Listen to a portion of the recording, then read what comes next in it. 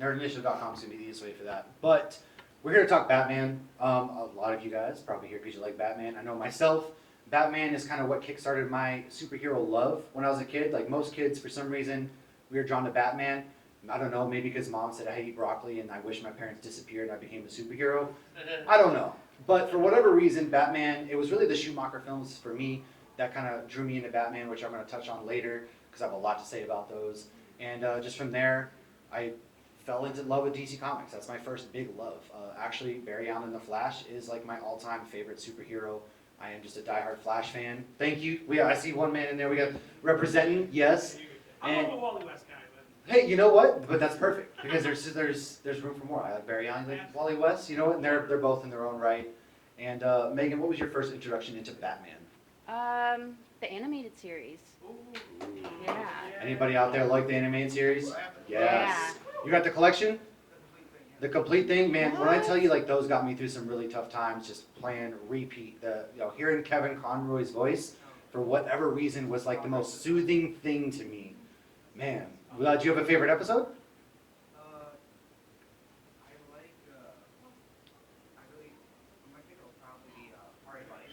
Oh yes, anything with Mr. Freeze. That's so good. That is. Yes, they definitely did, and man, Mr. Freeze is one of my favorite villains. But I'll let you continue. I kind of cut you off. I'm sorry. Oh, I got The animated overexcited series? thinking about the animated series, and I forgot everything I was going to say. So I'm definitely going home to rewatch that. Let's dive into Batman. Does anybody know what year Batman actually first debuted? Back there in the yellow or white or whatever you are with the glasses. I see you in the back. You raised your hand. 1939. You know what? Just for that, come up here, grab a comic book.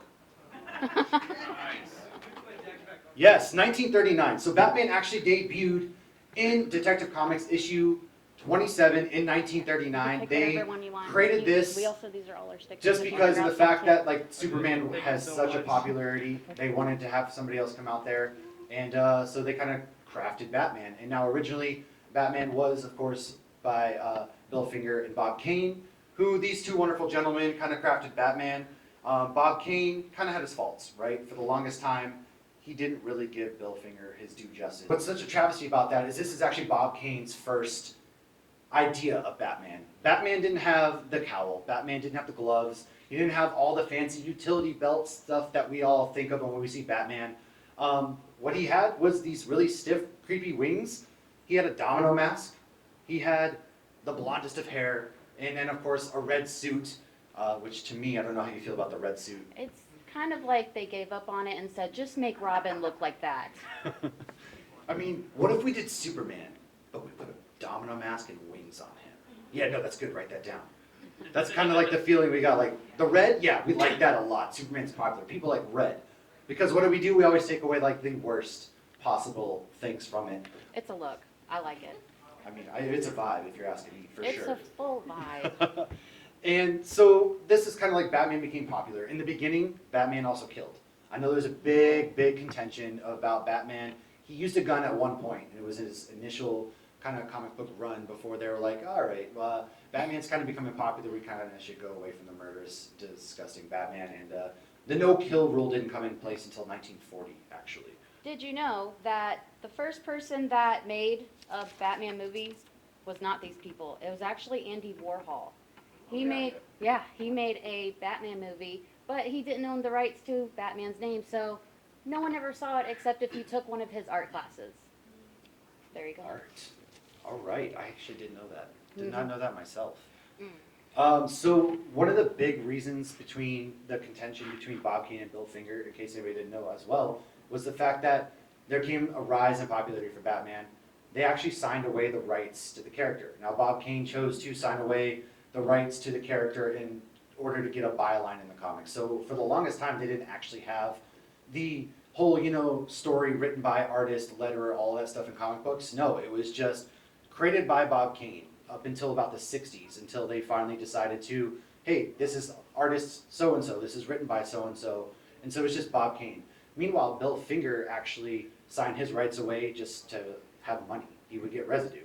And residuals, not residue, right? Residuals. Residue is that nasty stuff on your car from pollen. But he even created Robin.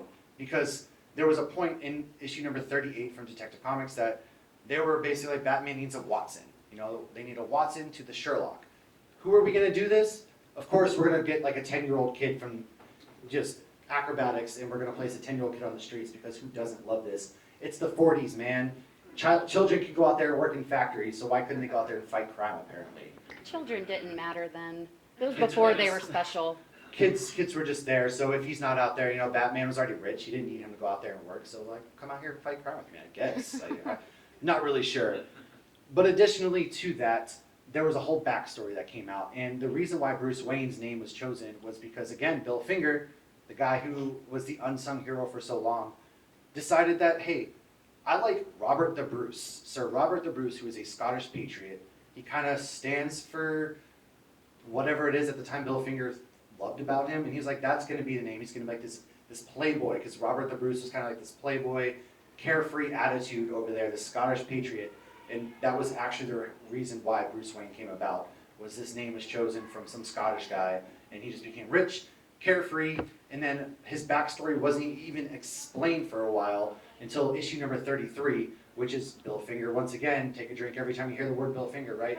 It's, hey, he needs a backstory. So this whole tragic backstory of Bruce Wayne as a kid goes out, and he's with his parents, and he leaves the theater, and they didn't actually have a name for the killer at the time. Boom, his parents are dead. We've seen it 75 times. How many times do we have to watch the pearls drop in a movie? I don't know at this point, unless we're talking to whatever director's taking on next. Let's find out. They had it coming. I mean, don't take the back alleyways. Why would you take the back alley with your kid? Okay, like, it was dark. I'm just saying, that's bad I parenting. get if you have 2 kids, because then you got to back up. Yeah, right? Just irresponsible. But I have another fact for you. For you Marvel fans. Anyone here a Marvel fan? All right. Just a couple people. I like you all. So, Batman and Wolverine actually merged together, creating a new character named Dark Claw. His real name, Logan Wayne. Ooh. Does anybody know the first 2 villains that appeared in a Batman comic book? No, actually. I saw a hand I saw a back hand in there. the back. Oh, there's a hand in the front. Lamar Jackson. Joe Tilton. No, it was not. Go ahead. Guys, he's in every Batman movie as a solo movie. Joker, yes. Joker, and there's one other. It was Catwoman. Who said Catwoman? Yes. Were you holding out on us this whole time? You were just like, look, just go down the roads, man. I want to see how wild this can get. Where's the Condiment King? Where's Calendar Man? Like, let's see where we can get with this. I love all of like that. Those are my favorite stories. Some of the ones that really include like Batman C-tier villains, because it's like Batman is this all menacing, badass kind of hulking man who, with any amount of prep time, can go toe to toe with Superman, and you have him fighting a guy who likes dates. Interesting. All right, and then not just that, but like he struggles against this. All right, I'm sure, I'm down. Let's see. Again, I'm all about the weird stuff. I don't know about you. I swear, Batman villains are always cooking. Like, it doesn't matter who they are. I like Batman, but I think the best thing about Batman is his villains. They're all wildly different, and they always, even each one that's involved, that creates an entirely different storyline that's completely unique from the other. I think that's kind of cool. So let me tell you this, because this has been a big point of arguments over the years. Who has the better rogues? Is it Batman or Spider-Man? Ooh, here, we're on the Batman panel. You better say Batman. Look, Goodness. whoever said Spider-Man, I get you. Give me that card back. You're not going to comment. Adam West. Adam West saves the day in Campy Batman. He's got the shark repellent. He's got it all. The sales were so bad in '64, they were thinking about killing Batman altogether. But in 1966, we get Adam West coming in. Burt Ward kind of come to save the day. We get Cesar Romero as Joker, of course. We get the Riddler. We get all of the campiness. And for whatever reason, people really latched onto that. And they were just sucked in immediately. And Batman's popularity rose once more. Facts that we got. Fun fact break. I have more fun facts for you people.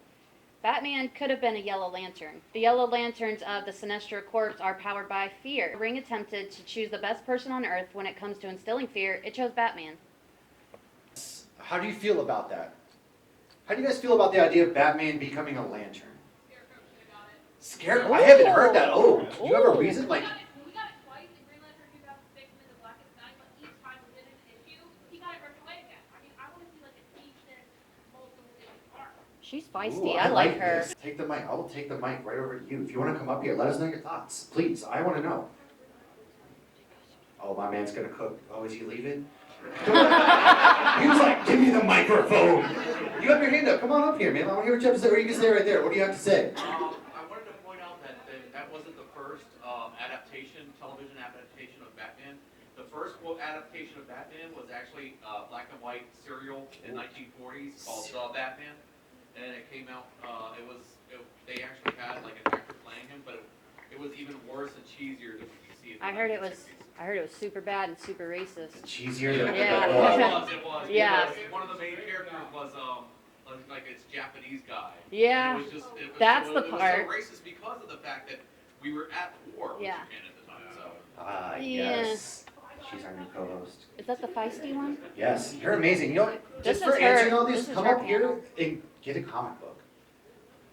Yes, You- come up here and grab one of those. You're amazing.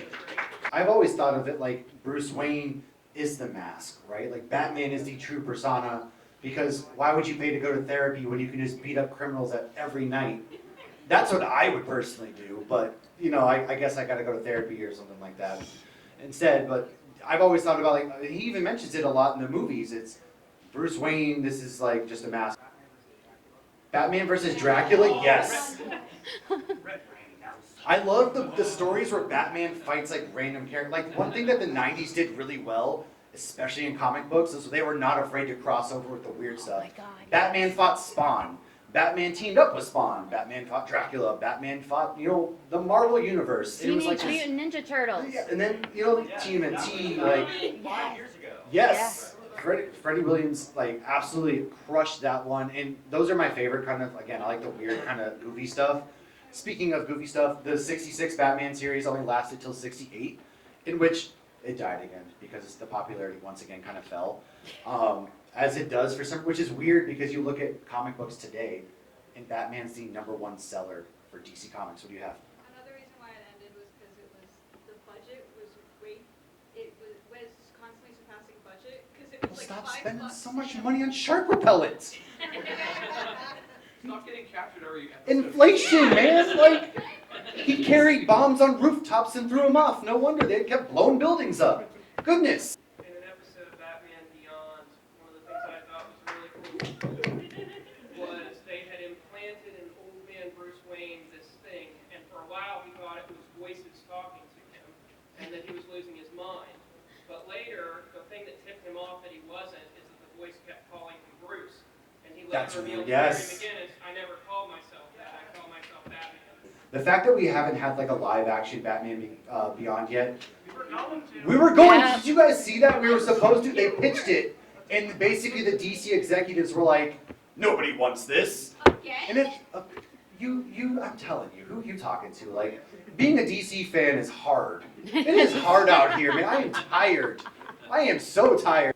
Did you know, actually, speaking of Alfred, that they killed him in the 50s and brought in Aunt Harriet?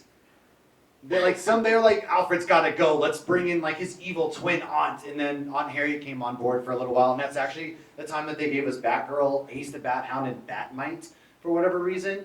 Until again the 60s is when they kind of brought him back. And in that time, Dennis O'Neil and Neil Adams decided to go back to the gritty Batman, because at the end of the day, all roads lead back to just brooding emo Batman, which maybe that's why I liked him so much, man. I have just always loved emo everything. Like emo night, I'm there. I'm brooding in my room. That's the thing. The Joker never actually wants to kill Batman. Like, and they don't want to kill each other. That's why Batman puts him back in the most non-max security prison on planet Earth. He's like, I'm gonna leave the key here. Now don't you go sneaking away on me. I might have to come after you. And Joker's like, oh gosh, if only this gun had real bullets. Yeah, you would be so toast, Batman. You ever think it's just Batman gaslighting Joker because he wants to go back to the first comic where he actually killed the Joker? Ooh. And he's like, I just want to revisit that memory. There was a time period where I killed you, just so Yeah. you know. Yeah. He's like, if I'm I not- wanted to, I could. And he actually, one of the really cool things is killing Joke. They kind of leave that to interpretation, right? There's that panel at the very end where it's raining and he chokes out Joker. Yeah. Maybe he doesn't. Maybe he's just hugging him really hard around his neck. Just, hey buddy, what's up? But that's a really beautiful panel as well, I found. Yeah, Joker is the problem with Gotham. Joker is like everything that is wrong, but also he's everything that's wrong with Batman too, right? They point that out quite a lot. Joker is everything that is morally wrong with Batman. Like, you think you are so high and mighty because you won't kill, but I'm out here just on a rampage killing everybody, man. How many people are you going to indirectly kill before you kill me? One thing I loved about 89 is we got to see these different interpretations. So we got Jack Nicholson as Joker, Heath Ledger as Joker. We just absolutely don't, it's a shame they never did anything with the Joker after that, especially with Jared Leto. Like, I'm just so bummed out that there was never another Joker interpretation after that. But I personally love the Schumacher films of the 90s, man. I'm going to tell you straight up, these are my comfort films again.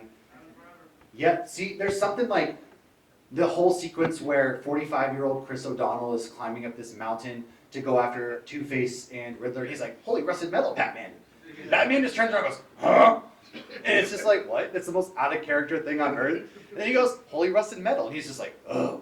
And it's just the most, like, what is this entire, like, what are the dialogue in this? What are we doing? See, I'm glad that you brought up the Schumacher films, because to be honest, like, they're kind of my least favorite Batmans because of the Get out. just because of the fact that they went into a different direction to try to make it more family friendly, but they made it way too campy and way too cheesy. Oh, it was outrageous. I like that aspect of it, like how Yeah. the whole, like all of Gotham was like very like exaggerated. You know, there's that scene where Commissioner Gordon's like that bumbling idiot, and it's when, you know, Edward Nygma had thrown the dude out the window, and he walks up, he's like, suicide. Definitely suicide. You're like, what? How can you, what? What detective work are we doing here, Gotham? Have you seen the original, full script of Batman Forever? I've not read it all, but I know the Schumacher cut is like one of those things that's making the moves out there. Like there's a big, it's screened, like Kevin Smith screened it, and then there's some other screenings that people have gone to. They need to, man. I know in a day and age where like we're getting a cut for everybody's 6-hour films that they could have just, if you just made a good movie the first time, right? Jesus. I mean, we're gonna get to one of those. We have one in the back. Yes. Listen, I rock with that all day, man. Like, I am unapologetic. There's something about Coolio in the underbellies of Gotham. Again, it's like a nightclub. And then, like, Alicia Silverstone gets involved, and just, there's so much just goofy weirdness, and Alfred's just with his big old bushy eyebrows over here, just absolutely useless to what we're used to. And then speaking kind of like different movies, right? We kind of move into a different decade. Christian Bale. Again, like The Dark Knight is my all-time favorite movie. I will never have a theater experience like it ever again. 2008, midnight release, you're waiting for hours with your friends to go in back when you couldn't reserve your movie ticket. And man, it was just that opening IMAX shot of Heath Ledger. Where are we at in the Batman movies for you? I think Christian Bale was one of my favorites, and then it's a hot take, but I love Battison. Is it a hot? Yeah, see, it's not a hot take. Woo! Robert Pattinson, like, We're with the right people. amazing. That movie was so good. It was. How did you feel when you saw Robert, like, because there's so many people, right, were giving him shit, right? Oh, he can't do the bat, like, he can't. Who, he can Robert never do Pattinson? justice. And then you see him on the screen, and you're like, whoa, he did Yeah. something so different, and I kind of like it, but, like, I'm scared to like it. Well, he was like, what I loved about this movie is they were detective focused, right? Like, Yeah. you saw him really Yeah. as a detective. We hadn't seen that, like, yeah, they did it in Christian Bale's Batman v Superman, and kind of like Zack Snyder. Like, I loved Ben Affleck as Batman. I wish we had gotten more of him. Regardless of how you feel about the movies, I'm gonna be honest, I like Batman v Superman. Like, I'm a fan of that movie. I wish we had gotten more, but like bringing it back to this more grounded, just take of Robert Pattinson doing detective work, like that was so dang cool. And you had your hand up. Oh, yes. So when it finally got back to the Christian Bale movies in like 2004, I felt like that the pendulum was kind of swinging and more to the darker, serious Yeah. portion of Batman. Yeah. And we went away from the Schumacher kind of campy, silly stuff, and we got Well, much more. Those serious. movies killed Batman. That's why there was nothing about Batman for a while. Like they literally blamed like the death of Batman, so to speak, in Hollywood was because of what Joel Schumacher did. Again, people just couldn't have fun, I guess. I don't know. I love to have fun. You love me. Like, you see my movie taste. It's like, this movie's awesome. You're like, what is wrong with you? I unapologetically love these movies. I saw you had your hand up too.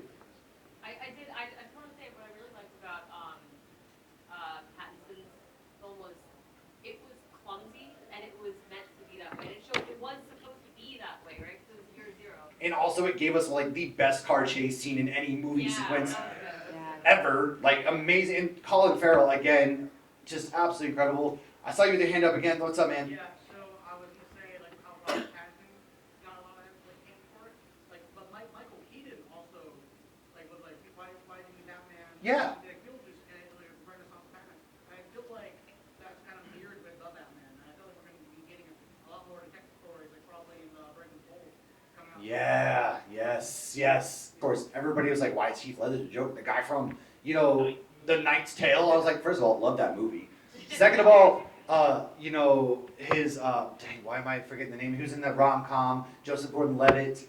I also love 10 that. Things I Hate About You. Yes, 10 Things I Hate About You. Like, he was great in that movie too, man. Like, he's a killer actor. Like, But I wouldn't think about the Joker until then. I mean, you're right, and I think that right there is a good point. Because of the hate that he was getting and how he blew everybody's perception of the Joker, I think that's why with Robert Pattinson, I was like, sure, why not? Let's see what happens. I've learned my lesson now at Well, this point, Ben especially in Affleck- Marvel castings. Ben Affleck got a lot of shit too. Yeah. But they all do if it's something that's you're not used to. Like, Well, we as fans have like this preconceived, like, this is who should do it. Like, Yeah. this is our person. yeah, because we know best. Yeah, obviously we're all casting directors, Yes. you know, and we're CGI effects specialists. I didn't mind, so are you talking about the end credit scene there when Ezra turns around and it's that Batman? So all of the Batman. All of the Batman. So I didn't have a problem. I knew this was kind of the end of the DCU, right? We kind of knew it. It had a lot of problems. I'm ready to reset. So I was like, again, it's Flash. Let's get as weird as we can get. Again, as a massive Flash fan, it sucked that that's the Flash movie we got. I don't hate it. I've just not gone out of my way to watch it again. It was great to see Michael Keaton back.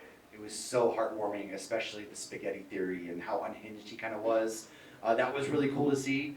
And then seeing him back at the Bat plane and doing his Batman stuff, that was awesome. But how did you feel? It was a movie. Of all the movies I've seen, it was It one certainly was one of them. It came out that year. So a little bit about the Heath Ledger Joker. I know a lot of people may not have liked it, but to me personally, that felt like the most accurate portrayal of the Joker because, you know, like, he kept it low key, but at the same time, he's just a complete psychopath. He just wants to Absolutely. watch the world burn. Do you want to see a trick? He pulls out the pencil. Like, that whole thing was sick. It was awesome. As we wrap up, because it's about that time, you guys have been awesome. Two things. First, we're going to give away some free comics. Secondly, I would love to get a picture with every single person here because you guys have made this probably one of the better panels that I've ever done. And I can't thank you guys enough.